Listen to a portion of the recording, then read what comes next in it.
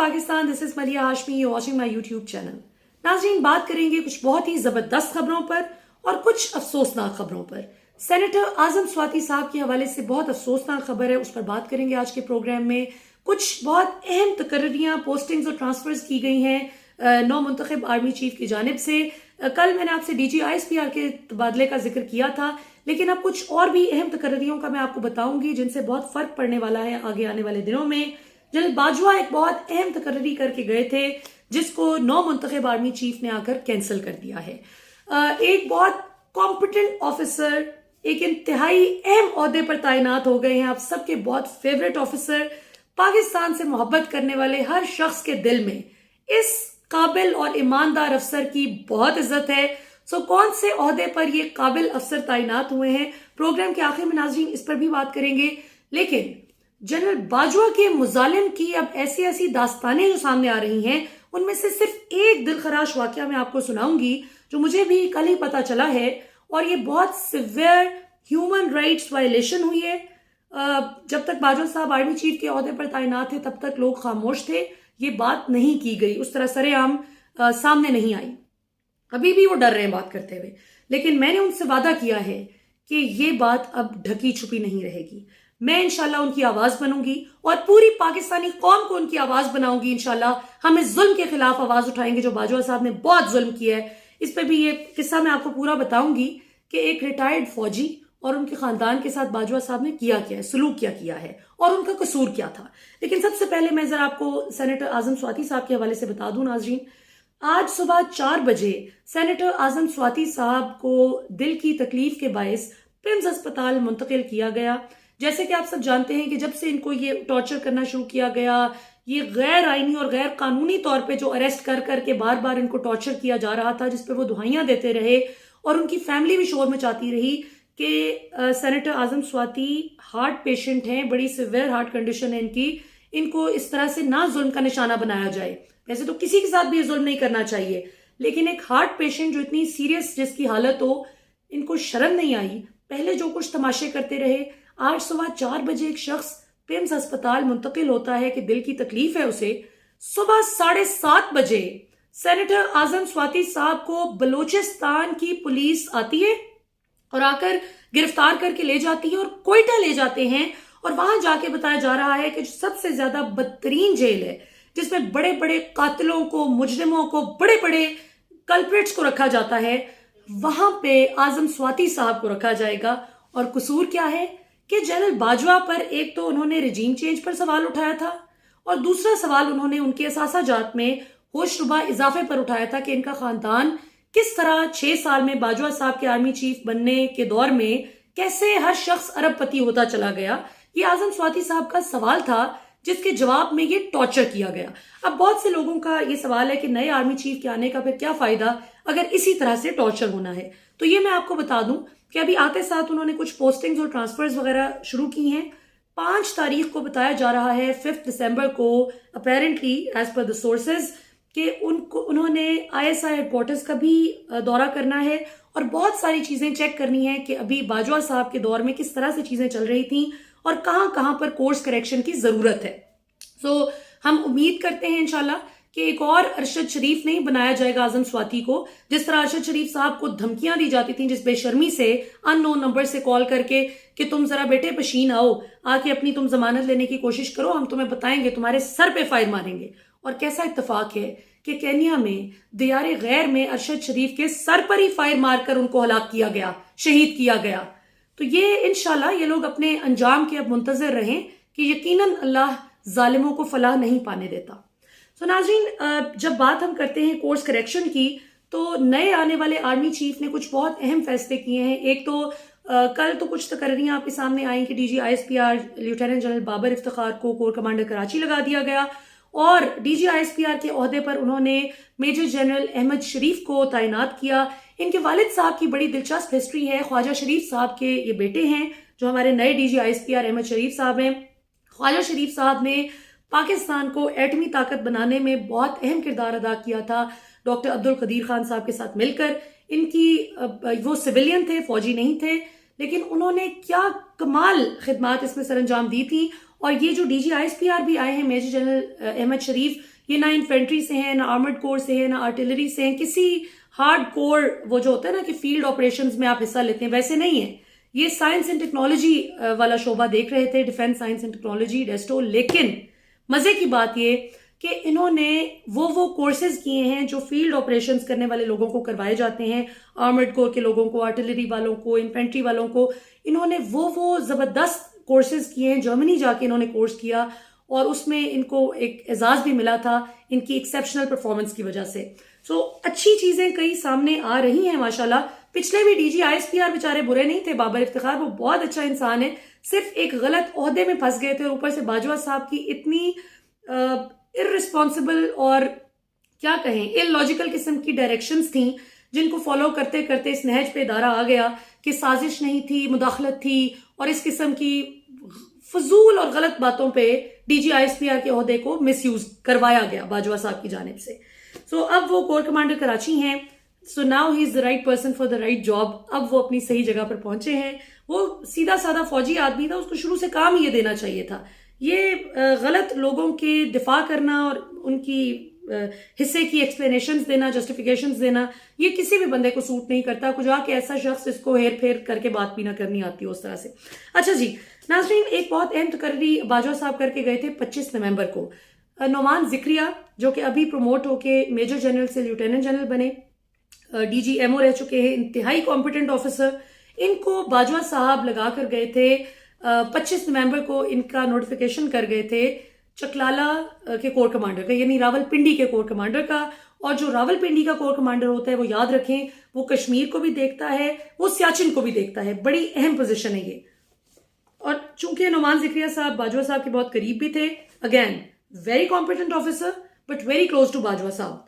सो बाजवा साहब का ये ख्याल था कि अगर कल को कोई चीज मेरे खिलाफ इनिशिएट भी होती है तो अगर ये मेरा बंदा यहाँ पे होगा, मेरा बंदा से मुराद में हरगिज ये नहीं कह रही कि ये फौज के लिए अच्छे नहीं है या ये कॉम्पिटेंट नहीं है, बहुत अच्छे ऑफिसर, लेकिन बाजवा साहब को खुशफहमी थी कि ये मेरे काम आएंगे। अब वो इस कुर्सी पर बैठकर काम आते ना आते वो तो अलग बात थी, लेकिन चूंकि आप सब जानते हैं कि आसिम मुनीर साहब आ गए और आसिम मुनीर साहब ने आते ही ये ऑर्डर कैंसिल कर दिया जो बाजवा साहब ने तैनाती की थी नोमान जिक्रिया साहब की बतौर कोर कमांडर रावलपिंडी, और इनको लगा दिया है चीफ लॉजिस्टिक्स। सीएलएस को अब जो है वो लॉजिस्टिक्स को हेड करेंगे, वो सीएलएस चले गए। अब यहां पर जो कराची कोर कमांडर थे जनरल सईद, जो पहले नेशनल डिफेंस यूनिवर्सिटी के वो हेड भी रह चुके हैं, और हम लोगों ने जब अपना कोर्स किया था नेशनल मीडिया वर्कशॉप का तो तब यही एनडीओ को हेड कर रहे थे। ये जनरल सईद अब कराची के कोर कमांडर से आ गए हैं सीजीएस के तौर पे, चीफ ऑफ जनरल स्टाफ, जो कि बहुत अहम ओहदा होता है। तो ये अब आ गए हैं पिंडी। तो ये कुछ अहम तकरीरियां हुई हैं। आसिम मुनीर साहब निजी महफिलों में और हर जगह जहां भी बताया जा रहा है कि जाते हैं वहां पर यही बात करते नजर आ रहे हैं कि इदारे का यानी पाकिस्तान की फौज का जो इमेज टार्निश हुआ है पिछले कुछ माह में, हमने इसको रिवाइव करना है और पब्लिक ट्रस्ट रीगेन करना है। और उसमें एक और बड़ा अच्छा इन्होंने फैसला किया कि जो handing over taking over ceremony होती है, जो बाजवा साहब जिस तरह बहुत मुंह लटका के जाते हुए आपने देखा था, बड़ी शिकस्त खुर्दा चाल के साथ जो चल रहे थे, वो सेरेमनी भी इन्होंने खत्म कर दी है। यानी आइंदा से कोई आर्मी चीफ जाए और कोई आए, हैंडिंग ओवर टेकिंग ओवर के लिए कोई अलग से खास सेरेमनी नहीं हुआ करेगी। बस ऑफिस में ही, जिस तरह आप इंडिया में देखते हैं, दीगर ममालिक में देखते हैं कि फौज का एक सरबराह जाता है तो दूसरा आता है, तो उसको दफ्तर में ही इस काम को निपटा लिया जाता है। इसके लिए कोई खास सेरेमनी नहीं की जाएगी। यानी वो एक तरह से पाकिस्तान की फौज की कई चीजों को थोड़ा सा लो की करना चाह रहे हैं ताकि पाकिस्तान की सियासत इसके इर्द गिर्द रिवॉल्व करना बंद करे। तो ये एक बहुत अच्छा शगुन है। फिर ये कि जो आईएसपीआर की पोजीशन है, अभी तो मेजर जनरल ही थे बाबर इफ्तिखार भी, बाद अज़ां भी कुछ अर्सा पहले वो लेफ्टिनेंट जनरल के तौर पर प्रमोट हुए। इसी तरह जो अब लाए गए हैं अहमद शरीफ, वो हैं तो मेजर जनरल, लेकिन अब जराये के मुताबिक नए आर्मी चीफ का विजन ये है कि आहिस्ता आहिस्ता इसको डाउनग्रेड किया जाए और फिर ब्रिगेडियर और फिर कर्नल के लेवल तक ले आए। मतलब बहुत हाई लेवल ऑफिसर्स लगाने की जरूरत नहीं है इसको, और ना ही को बहुत ज्यादा पब्लिक में इस इदारे की डिस्कशन इतनी होनी चाहिए। जो इस इदारे का काम है पीआर फौज की तरफ से, वो जरूर करें, लेकिन लो की रहकर, इस तरह से नहीं कि साजिश नहीं थी, मुदाखलत थी, सिर्फ ये वाले काम नहीं कराने फौज से। तो जो अच्छा काम करेंगे उस पर हम शाबाश देंगे, लेकिन अब मैं आपको मुजालिम की एक ऐसी दास्तान बताने जा रही हूँ बाजवा साहब की। वैसे तो बहुत सारे सामने आ रहे हैं, लेकिन एक बहुत बड़ी ह्यूमन राइट्स वायलेशन जो हमारी नजर के सामने से अब गुजर रही है, वो मैं अपना फर्ज समझती हूँ कि आप तक पहुंचाऊं। नाज़रीन, हुआ कुछ यूं कि जैसे कि आप सब जानते हैं कि बाजवा साहब से पिछले 8 माह में जितने लोगों ने भी डिसएग्री किया, सवाल किया रजीम चेंज ऑपरेशन पर, उन सबको किसी की पेंशन रोक दी गई, किसी के पर्क्स रोक दिए गए, किसी से कहा कि अब तुम्हारा सीएमएच में फ्री इलाज नहीं हो सकेगा तुम्हारा और तुम्हारी फैमिली का, क्योंकि तुमने चीफ पर सवाल उठा दिया है कि रजीम चेंज करके चोरों को क्यों मुसल्लत किया गया, तुम्हारी ये पूछने की जुर्रत कैसे हुई। इसी तरह कुछ लोगों का कोर्ट मार्शल कर दिया गया, कुछ लोगों को नौकरी से निकाल दिया गया, कोई शुमार ही नहीं है। लेकिन एक ऐसे बंदे का कोर्ट मार्शल किया गया बाजवा साहब के खैर से ऑर्डर्स पर कि जो फौजी था भी नहीं, जो सिविलियन था, और उसका नाम था हसन अस्करी। हसन अस्करी के वालिद major general retired Zafar Mehdi Askari sahab, जो पाकिस्तान फौज के बड़े काबिल ऑफिसर गुजरे हैं, वो इतने काबिल ऑफिसर का बेटा हसन अस्करी, जिसने अपने घर में यही देखा था कि पाक फौज जिंदाबाद और मुल्क के साथ मुखलिस रहना है, उसने आज से 1.5-2 साल पहले बाजवा साहब को और तमाम कोर कमांडर्स को खत लिखा। और उस खत में उन्होंने, हसन अस्करी साहब ने ये मेंशन किया कि जिस तरह से लूटमार हो रही है, जिस तरह से पाकिस्तान की फौज और पाकिस्तान का बेड़ा गर्क हो रहा है, तो आप फौज के अंदर भी एहतसाब करें। कुछ लोग पाकिस्तान की फौज का नाम बदनाम कर रहे हैं, और उसकी कुछ दीगर भी डिटेल्स थी, लेकिन बहरहाल मोटी मोटी बात यही है कि उस बंदे ने, हसन अस्करी ने, चूंकि उसने बाप को सारी जिंदगी फौज को सर्व करते देखा था, रिटायर्ड मेजर जनरल का बेटा था, तो उसने बड़ी मिट्टी की मोहब्बत में बाजवा साहब को अपनी तरफ से बड़ा खुलूस से खत लिखा और सारे कोर कमांडर्स को, कि करप्शन को रोका जाए और फौज के अंदर बड़ा जिस तरह की होती आई है अकाउंटेबिलिटी, उसी को होना चाहिए। जिस पर बाजवा साहब ने उस बेचारे बंदे को, सिविलियन वो जो लड़का था हसन अस्करी, उसका कोर्ट मार्शल करवाया, उसको रिगेद कर लाया गया, उसको जेल में फेंकवाया गया, साहिवाल जेल में उसको फेंका गया। पहले उसको सजा 2 साल की दी गई, फिर उसको काट के बाजवा साहब की इंस्ट्रक्शंस पे बाकायदा तौर पे बताया जाता है कि 5 साल की उसको सजा दी गई कि 5 साल तक ये जेल से बाहर ना निकल सके। और उसके बेचारे बूढ़े वालिद रिटायर्ड फौजी जफर मेहदी अस्करी साहब, वो गए इस्लामाबाद हाईकोर्ट। उन्होंने कहा कि ठीक है, आपने जो सजा देनी है आप दे, लेकिन खुदारा आप मेरे बेटे को अडयाला जेल तो ले आए, कम से कम हम उसको मिल तो सके। हम बूढ़े माँ बाप नहीं साहिवाल रोज रोज जाके अपने बेटे को मिल सकते। तो अंदाजा करें आप कि इस्लामाबाद हाईकोर्ट ने ऑर्डर जारी किया कि हसन अस्करी को साहिवाल जेल से अडयाला जेल शिफ्ट कर दिया जाए, और अव्वल किस कसूर पे। लेकिन अदालत ने ये नहीं पूछा, कसूर नहीं पूछा, बस इतना शुक्र मेहरबानी कर दी कि साहिवाल जेल से अडयाला जेल ले आए। और जिस वक्त साहिवाल जेल से अडयाला जेल की तरफ गाड़ी उसको ला रही थी, तो उसी वक्त कुछ गाड़ियां आईं और उसको वापस साहिवाल जेल फेंकवा दिया गया। अंदाजा करें आप कि ये वो जुल्म है जिसका मुझे कल से पहले तक मुझे इसका नहीं पता था। मुझे कल पता चला और मैंने अपने ऊपर ये लाजिम कर लिया कि मैं ये बात करूंगी, क्योंकि इतनी बड़ी ह्यूमन राइट्स वायलेशन है। ये तो कोई तरीका ही नहीं कि आप एक बंदे को अपनी सफाई का मौका ही ना दें। एक बंदा फौज की मोहब्बत में एक बात कर रहे हैं, मुल्क की मोहब्बत में एक बात कर रहे हैं, आपको शिकायत कर रहे हैं कि देखिए कुछ लोग करप्शन कर रहे हैं, देखिए इसको ठीक करना चाहिए, अकाउंटेबिलिटी ठीक होनी चाहिए, और आप कहते हैं कि तुम पे गद्दारी का मुकदमा है, कि तुमने फौज में म्यूटनी और बगावत कराने की कोशिश की है, सरकशी करवाने की कोशिश की है तुमने कोर कमांडर्स के जरिए। वाह, आपको भी तो खत लिखा था ना उसने, बाजवा साहब, सारे कोर कमांडर्स को जो लिखा वो आपको भी लिखा। तो क्या कोर कमांडर्स को इतने कच्चे हैं कि सारी जिंदगी जिन्होंने ड्यूटी की है, जिनको वतन की मोहब्बत, जिनके दिल में इतनी, जिनके दिल सरशार है वतन की मोहब्बत से, वो क्या एक लड़के के खत की वजह से फौज के खिलाफ हो जाते? और फौज में अगर कोई बंदा गलत काम करे और अगर उसकी शिकायत की जाती है, तो क्या ये फौज के खिलाफ होना है या फिर करप्शन पर आंखें बंद कर लेना फौज के खिलाफ होना होता है? तो मेरी समझ से आ रही है ये ह्यूमन राइट्स वायलेशन जो की गई है। तो इस पे हम सबको आवाज उठानी है इंशाल्लाह। और मैं नए आर्मी चीफ से अपील करती हूं कि खुदारा ये जो जुल्म किए गए हैं लोगों पर, सिर्फ इसलिए कि किसी ने रजीम चेंज पे सवाल कर दिया। बाजवा साहब जो सियासी बातें, अभी मोनस इलाही ने क्या कहा है, ये जो काफ लीग पीटीआई का बताया जा रहे इख्तिलाफात के क्या है, कि मोनस इलाही ने कल महर बुखारी के प्रोग्राम में कहा कि बाजवा साहब कोई इतने बुरे नहीं है, पीटीआई एम ही कह रही है वो बुरे हैं। अगर वो इतने बुरे थे तो उन्होंने क्यों हमें कहा कि आप इमरान खान की तरफ हो जाए, आप पीटीआई की तरफ हो जाए, वो फिर हमें ना कहते अगर वो इतने बुरे होते। वाह, बाजवा साहब तो कह रहे थे कि हमने फरवरी 2021 से पॉलिटिकल होना छोड़ दिया है, तो इसका मतलब है कि ये आपका बाजवा साहब झूठ बेनकाब कर दिए मोना सिलाही ने, यानी अपना दिफा करवाने की कोशिश की मोना सिलाही के जरिए और यहां पे भी बेइज्जत हो गए। तो मत ऐसे गलत काम में पड़े कि जिसका कोई अंजाम अच्छा नहीं होगा। और काफी ठीक है, उनका पॉलिटिकल फैसला, इमरान खान के साथ खड़े हो, इमरान खान के खिलाफ खड़े हो, नतीजा अवाम वोट की सूरत में खुद ही दे देगी। जहां 13 जमातें इमरान खान के खिलाफ खड़ी हैं और वो अकेला मुकाबला कर रहा है, वहां पे काफ लीग भी खड़ा होना चाहती है तो हो जाए। अलबत्ता जराए से हम तक खबर ये पहुंची है कि परवेज इलाही साहब कहते हैं कि हम जरूर असेंबलीज तहलील कर लेंगे, लेकिन सिर्फ 1-1.5 महीने का टाइम दे दें, रमजान के बाद इलेक्शन करवा लेंगे। उनका एक नुक्ता नजर है जो कि कल मीटिंग हुई है और उसमें सामने भी आई है ये बात कि वो थोड़ा सा टाइम मांग रहे हैं।